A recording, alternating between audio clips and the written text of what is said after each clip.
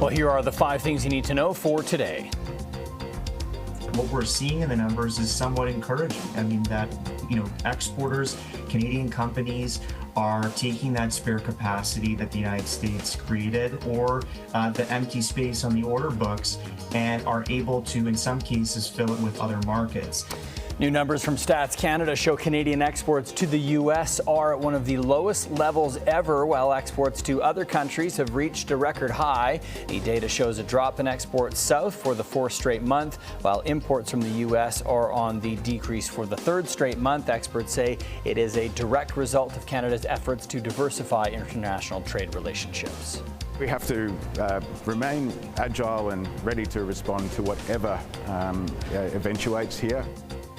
Head of General Motors Canada says the auto industry needs to stay nimble during the ongoing U.S. trade war. The head of GM Canada was one of the auto industry leaders who met with Prime Minister Carney this week. He didn't share details about what they talked about, but he did say there is a sense of optimism with trade talks happening between Canada and the U.S. Auto sales have not been hit hard, even with the uncertainty over trade, but dealers do say they're worried about the supply chain being able to keep up with demand for new cars.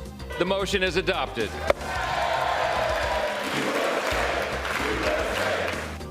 U.S. President Donald Trump plans to sign his big, beautiful spending bill into law today. The House of Representatives passed the bill by 4 votes after a marathon debate. It is a mix of tax cuts and other spending that is expected to add $3.3 trillion to the U.S. national debt. It also includes historic cuts to programs like Medicaid and food stamps. There is some good news for Canadian investors. A section of the bill that would have raised taxes on foreign investment was scrapped. President Trump will sign the bill as part of 4th of July celebrations today.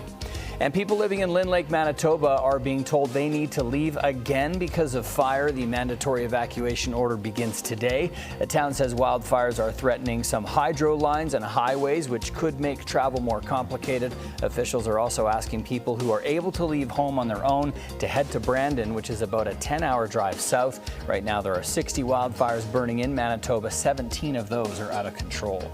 Tremendously unfortunate. We meet certain standards with the maintenance of our equipment, and at this particular point, it does appear that equipment has simply failed. BC RCMP taking responsibility for an out-of-control wildfire burning north of Lytton. Dive team officers had been at a nearby lake looking for a missing swimmer and towing their boat on a trailer. RCMP say one of the trailer's wheels flew into the ditch. The sparks from that ignited a fire in the brush that rapidly spread. That fire has grown now to 130 hectares.